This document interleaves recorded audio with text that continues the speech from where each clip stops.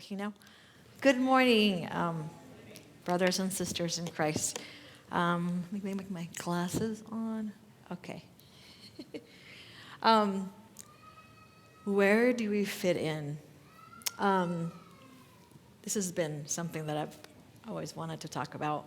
But anyway, so I was a foreign student with an F1 visa in 1993 when I met my husband at Pacific Union College, Dr. Derek Sakata, and I discovered that despite of him being a valedictorian in high school and a super smart electrical engineer graduate from UCI and a successful pre-med student, he had no idea what Indonesia was. He asked me, is it a country? Is it a government? Is it an island? Is it the Spice Islands? I started having a disbelief. What do they teach in geography classes in the United States? First picture, actually, go back, is a picture of Derek and I. This is actually in 94, but we were so young, and he was so cute. Anyway, he was smart enough to ask the question after he was pretty sure I was head over heels with him. So, give him that credit. So, I might seem biased, but Indonesia is a gigantic country. It's the fourth most populous country in the world after, this is 2025. So after India, China, United States, then there's Indonesia. And basically, if you take out the population of Texas and California, you get the population of Indonesia. Put it in your perspective. And let me give you a summary you should really know, geography. So it's a country that is made of about 17,000 islands that stretch from west to east, encompassing 3 time zones, right on the equator.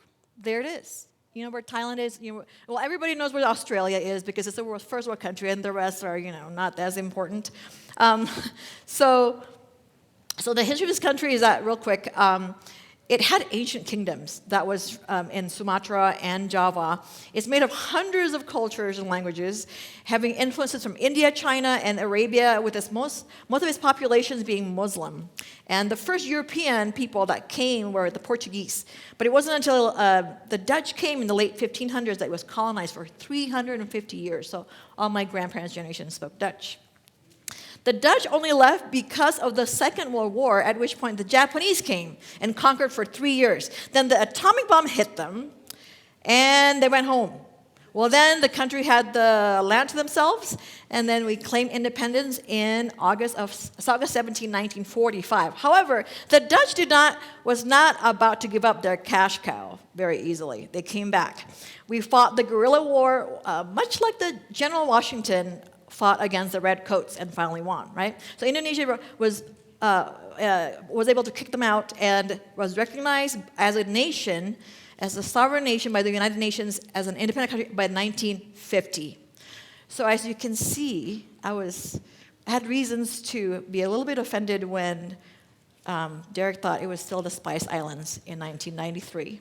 I mean, it's like an English coming to say, "Oh, you're from where? New York? Oh, isn't that the English colony?"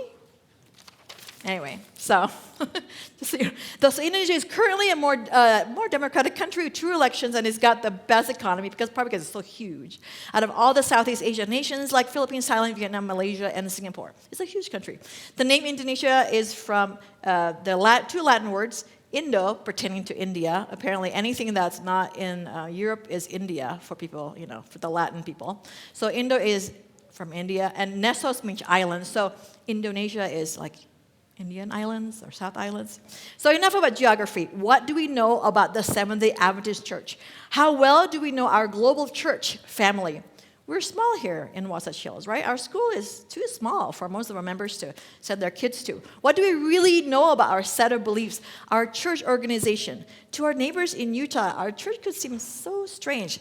The Seventh, what? Why is the name so long? What kind of church is it? Is it Christian? Is it like Jewish, because we go to church on Saturdays? Is it like the Jehovah's Witnesses? Is it similar to the Mormons? Or is it just like a club that we go to meet on Saturdays? Are we shy about who we are because we're not sure if we're really all there? So back to the original, the original slide. Where do we fit in? Why is it important that we tell the world who we are? We tell the world who we are. Should we just let them find out on their own with our actions? Before we go into that, there's a big reason for us not to be shy about verbally letting people know about our church. Because if we don't, the only source they'll find out from would be the news headlines. Have you heard of David Koresh, the Branch Davidian? He was a Seventh-day Adventist. And so now everyone's thinking, oh my goodness, eye rolls, they don't want to say anything bad. And then, you Google the story, you know the story. But then there's another story too that's horrible. Have you heard about the Chamberlains and the dingo ate my baby?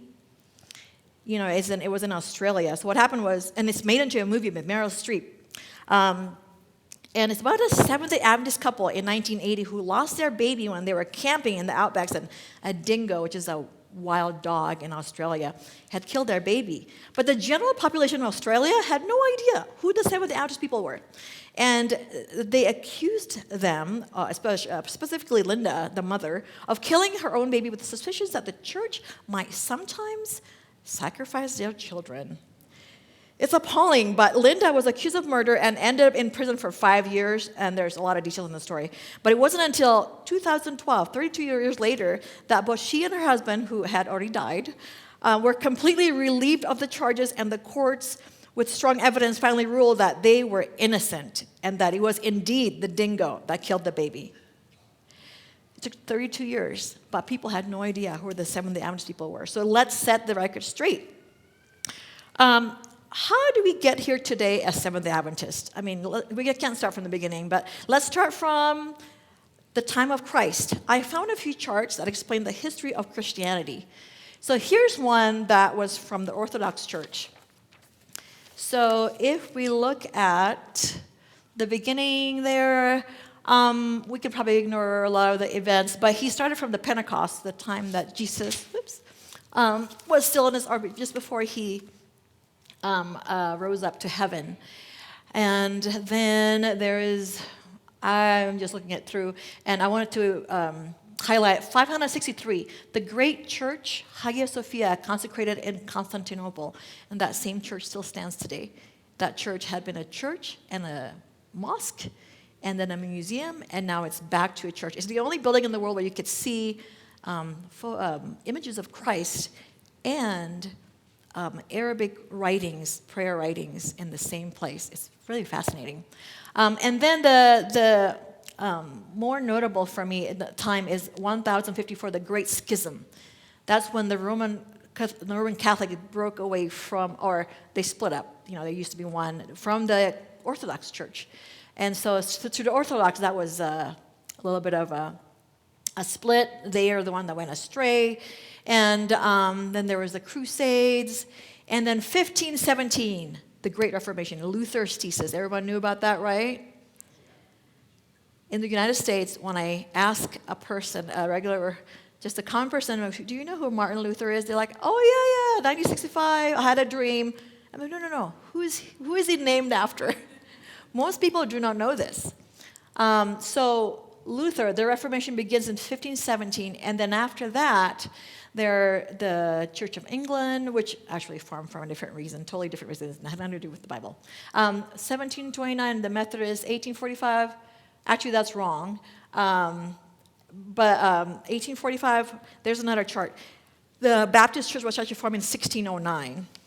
So the next slide is from a Protestant. His name is John Gary. This is, well, I'm a Protestant as well. So this is more, I think it's better. It's nicer to see because with our purposes, early church, then there's he calls it apostasy, the falling away, and that's where the Roman Catholics split.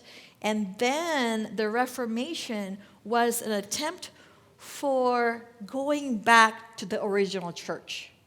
So it happened in the 1500s, and then so on, and you can see we want to go back to where we were. So sometime in here, I like this chart because it visually shows the falling away from the original Christ church and the Reformation as an attempt to go back to the way Jesus taught us to worship and follow him. As you know, the single most important conviction with the Protestant movement was the concept of sola scriptura, that everything we believe we only use the Bible as our source. As you know, in the Middle Ages, there are no Bibles, and people were not allowed to read. People don't know how to read. So it's very important that we stick with the Bible, then that we read the Bible on our own without the interference or without the interpretations of others. But we can do it on our own.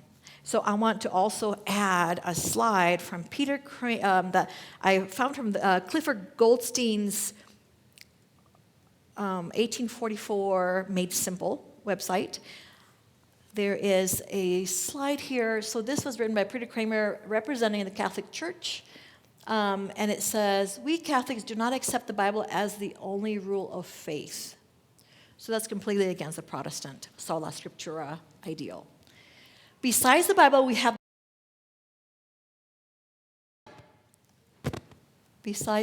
the living church, the authority of the church as a rule to guide us. We say this church, instituted by Christ to teach and guide man through life, has the right to change the ceremonial laws of the Old Testament, and hence we accept her change of the Sabbath to Sunday.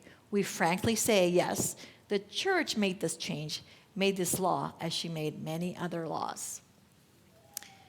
And this is something we do not believe, and that's why we worship on Sabbath, on Saturday, as is commanded in the Ten Commandments. So let's go back to the history, back to the 1844 events. As most of you already know this, and we're going to have the movie next week. But imagine the United States right now in 1844, before the Mexican War. So Texas and California and all the western states really were not part of the U.S. yet.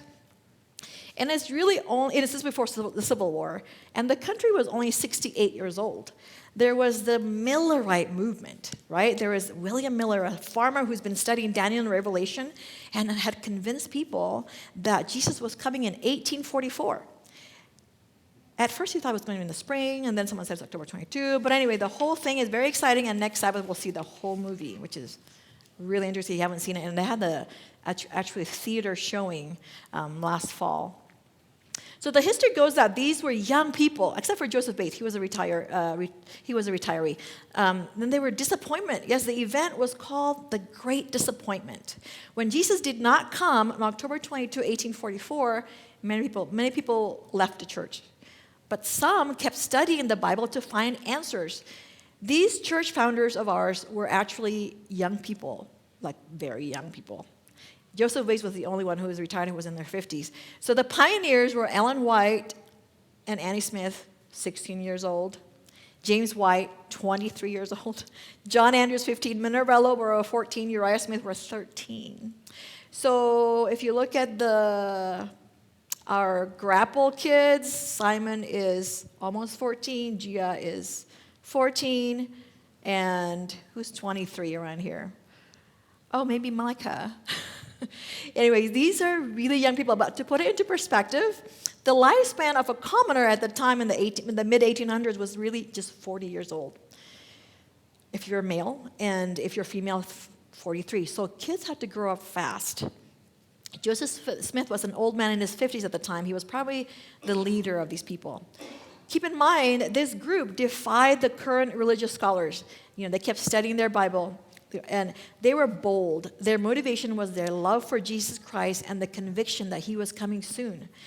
By confidence in divine prophecies, and believed that the spirit of prophecy was in Ellen G. White. So the whole thing about Ellen G. White obviously is for a whole other sermon. But these were the beliefs that the group had adopted for the next 15 years after the 1844 Great Disappointment. And I'm quoting from the Adventist.org website.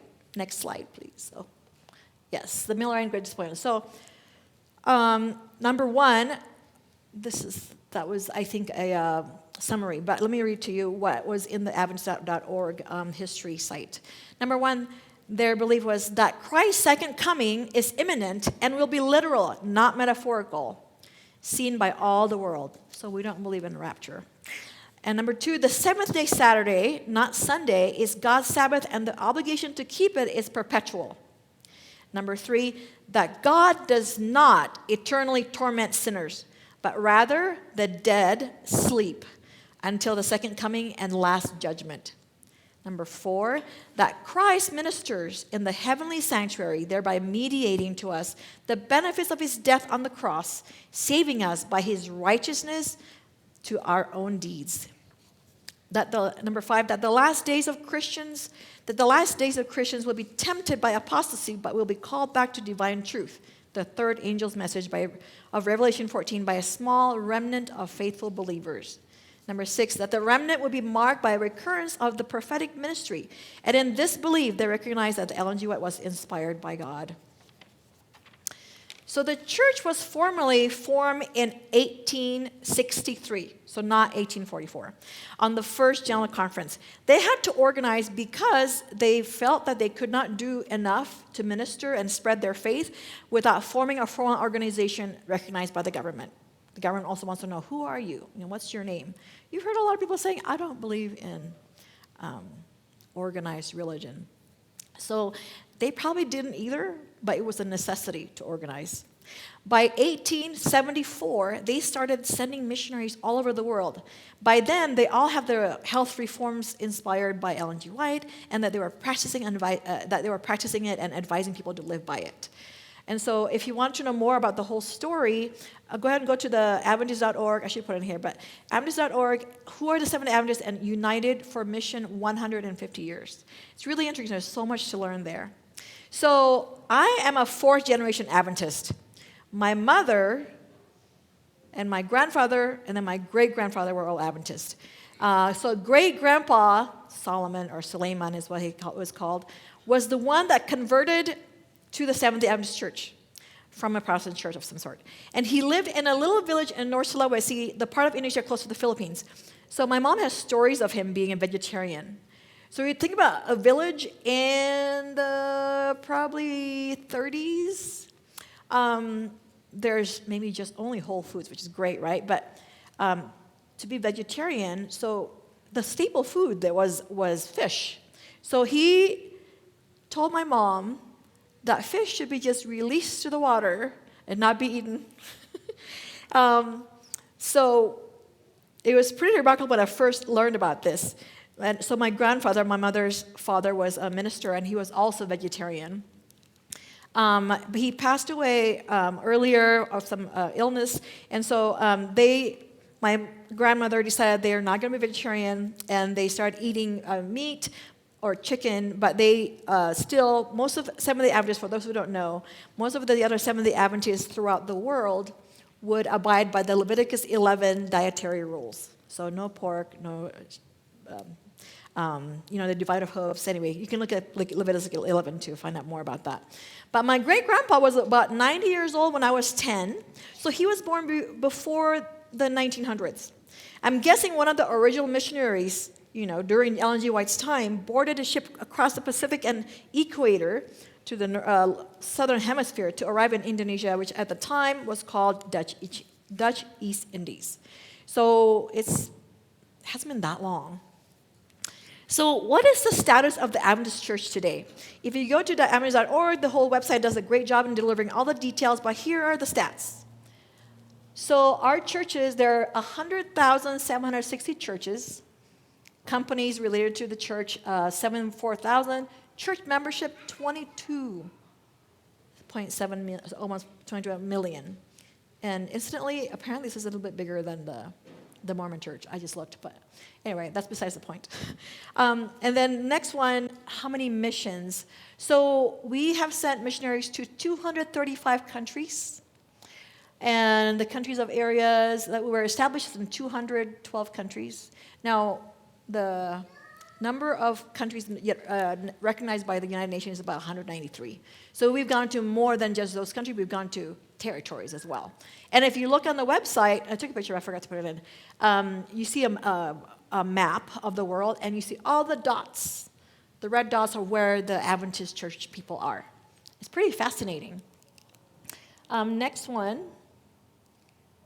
total schools, we have 10,381 schools, and that includes primary schools, secondary, and universities.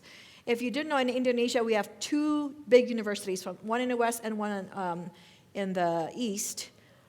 And also in Thailand, we have one. We have a lot of universities. And what I didn't know about was in South America, we have quite a few there too.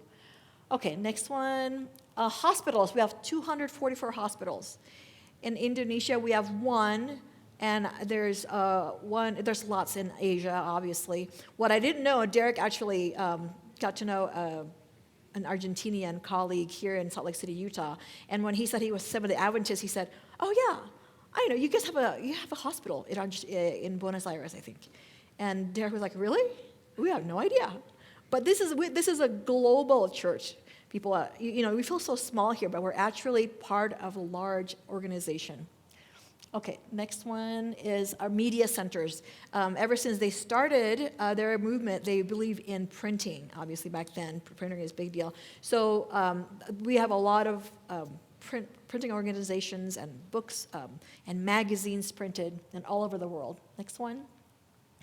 And then ADRA, we have obviously, I don't know if anyone here doesn't know who ADRA is, but that is the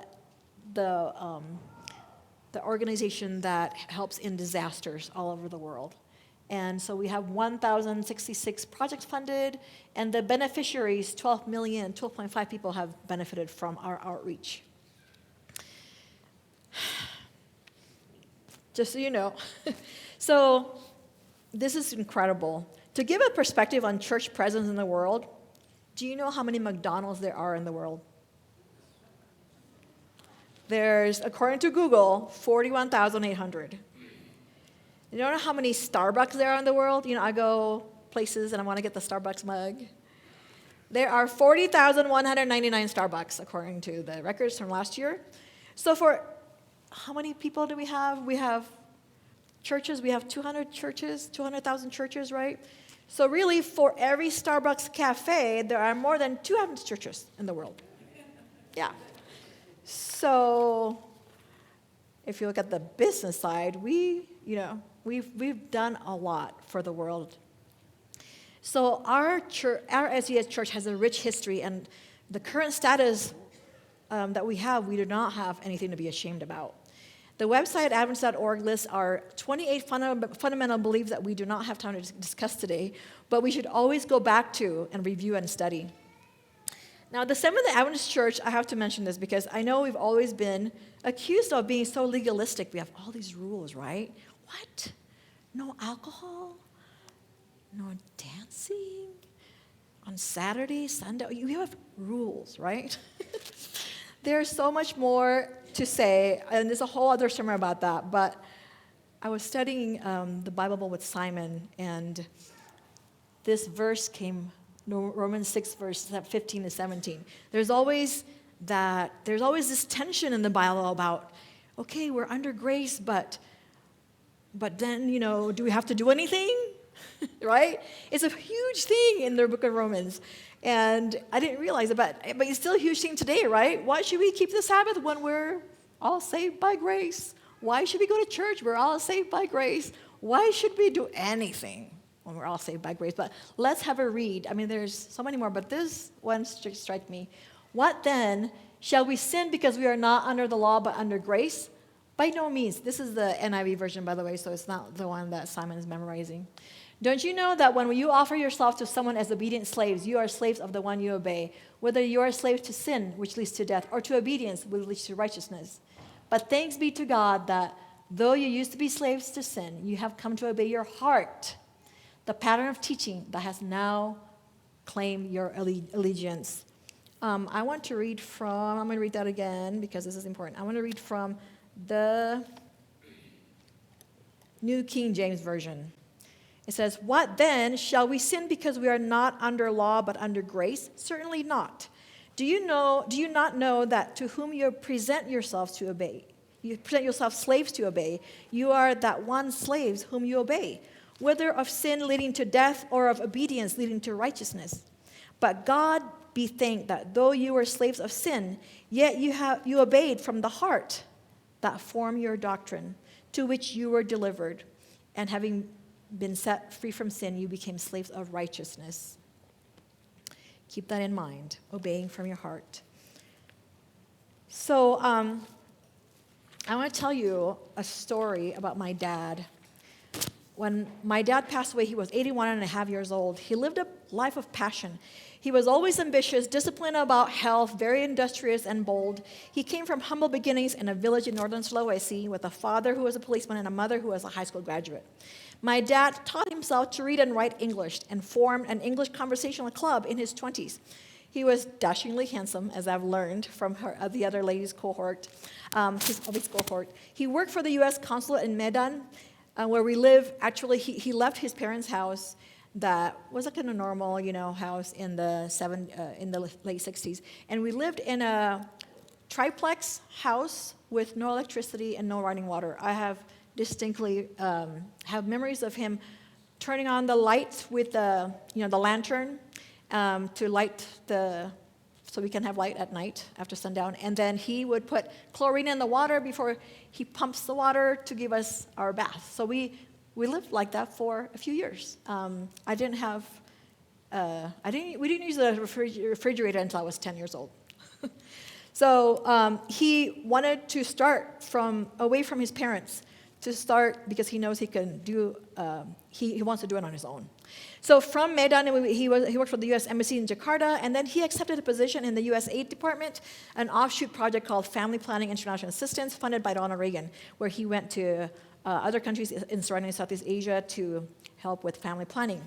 So that position relocated our family to Bangkok, Thailand, a neighboring country, but foreign one with a totally different language, different alphabet, different foods, different religion. It was in a country where I had to learn English. I was 14 years old.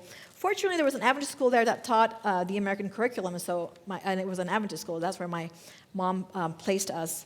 So at least I did not have to learn to write Thai. I don't know if you know, Thai has like those squiggly writings. So still, it was a huge struggle to switch languages at 14 years old when you're already an awkward, emerging teen. My father at the time pursued a master's degree in business in an English-speaking university while he was working full-time. When I finished high school, I was so blessed to receive the full-ride scholarship from Pacific Union College, something my parents would never be able to afford without the scholarship.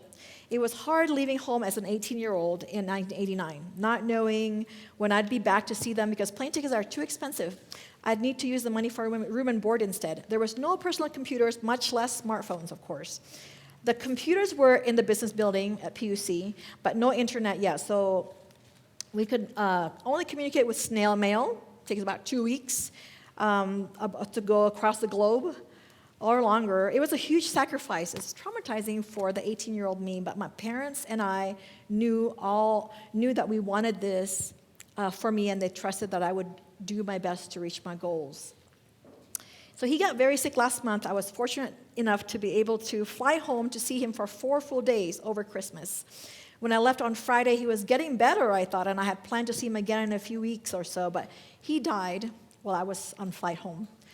My relationship with my dad was sometimes complicated, but I never really truly realized how much of part of me he was until he was gone. His inheritance for me was not monetary, but in boldness of courage and spirit, of curiosity and tenacity, and in living a life passionately. So what is our inheritance from our church founders? Before we get into that, I have to say Simon objected when I told him the story about Dad not knowing where Indonesia was. He's like, "Mommy, why are you making Daddy look stupid?" I'm like, "Well, Simon, this is just a story." But I have to tell Simon that don't worry, your dad's legacy will always be his humility. And if you could live as humble as your dad, I would be so proud. So what is our inheritance from our church founders? Can we feel the same passion to learn of God like they did? Do we have the same boldness to be different because we have learned from truth from the scriptures that others have not discovered or recognized? Are we studying the Bible as intently as the pioneers, or are we just waiting for spiritual food to be served on a silver platter every Sabbath morning? Are we serving our community as Christ instructed? I say our inheritance is in the love for God and the desire to study the Bible wholeheartedly, to be able to learn more of his character, more than what the current society had told them. The church beliefs were never dictated by one person. It was a group of Bible students who sought to be better disciples for Christ. I don't know how many of you have heard of Brene Brown. She's a writer, a current writer. She's a social worker. But she wrote many books I've read, and one of them was Braving the Wilderness. And in this book, she talked about fitting in versus belonging. To fit in means like how I was in Thailand. I try to fit in with the people over there. I try to speak the language and try to do what they do, and it's really difficult because I was a foreigner. So fitting in is trying to mold yourself into a given box or shape that others expected of you. But belonging is being with others of the same values that we wanted and feel wanted and loved. So I titled my sermon today as, Where Do We Fit In? But maybe we don't need to fit in. We belong. When I think of all the founders' study and all the work they had done, all the worldly things they had given up to receive more light of the character of God, I can't help remembering what God said to prophet Jeremiah to the people of Israel who felt so lost as they were displaced from Jerusalem to Babylon. Jeremiah 29, verse 13. And you will seek me and find me when you search me with all of your heart. To me, this is our inheritance and our identity as a church. And this is where we belong. We are God seekers with all of our hearts. Thank you.